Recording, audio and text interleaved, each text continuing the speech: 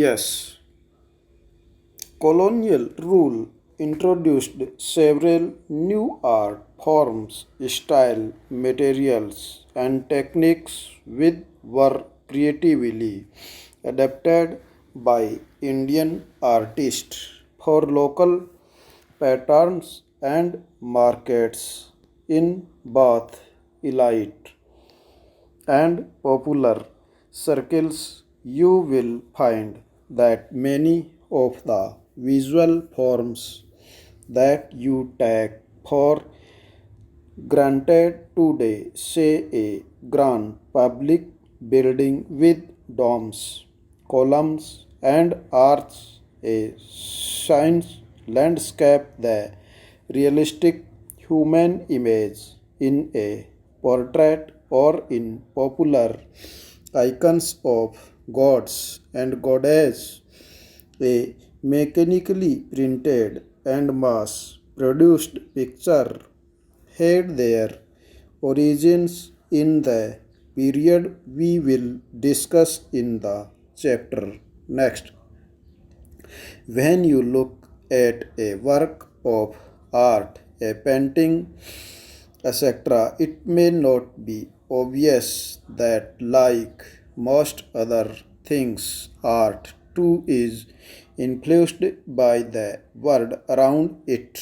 You may not realize that what you see also shapes your own ideas. In this chapter, we will be looking at the change in the world of visual arts during the colonial period and how these changes are linked to the wider history of colonialism and nationalism.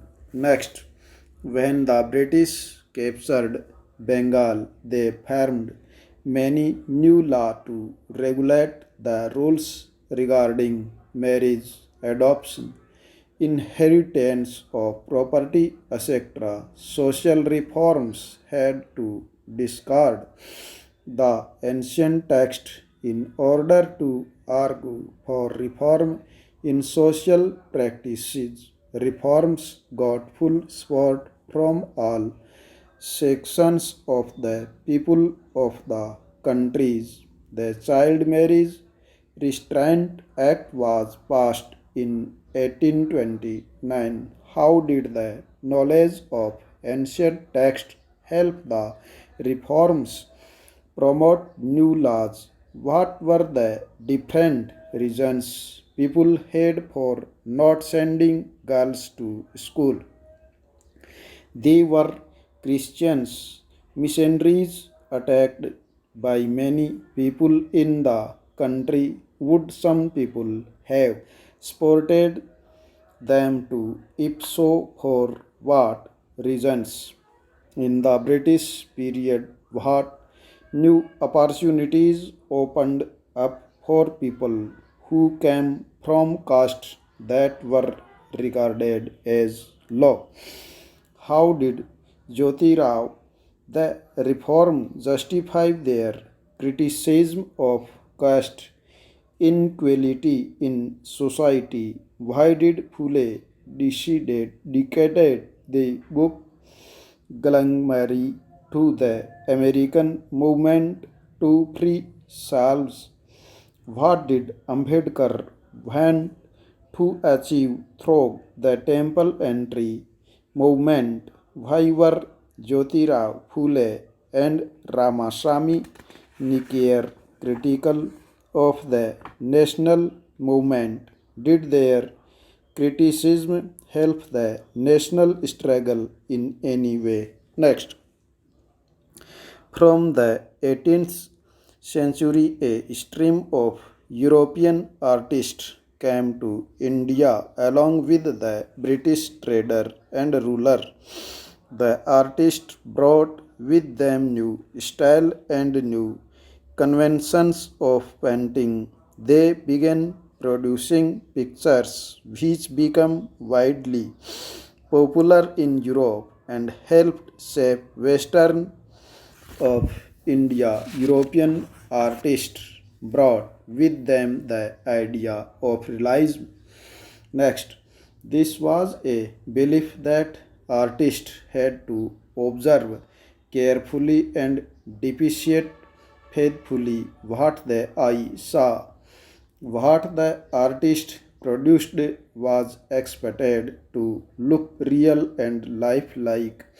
European artists also brought with them the technique of oil painting, a technique with which Indian artists were not very familiar. Oil painting enabled artists to produce images that looked real. Next, not all European artists in India were inspired by the same things. The subjects they painted were varied, but invariably they seemed to emphasize the superiority of Britain, its culture, its people, its power. Let us look at a few major trends within imperial art.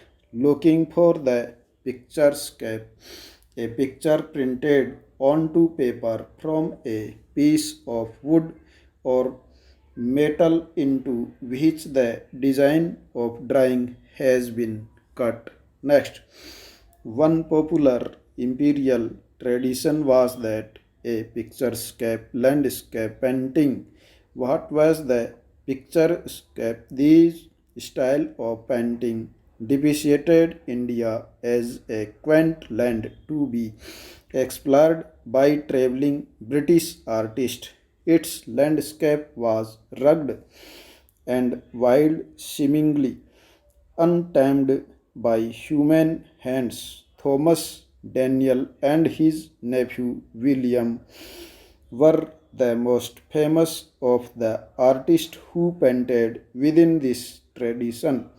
They came to India in 1785 and stayed for 7 years, journeying from Calcutta to northern and southern India. They produced some of the most evocative picturesque landscape of Britain's newly conquered territories in India. Their large oil paintings on canvas were regularly exhibited to select audience in Britain, and their album of engravings were eagerly brought by up a British public need to know about Britain's empire. Stop.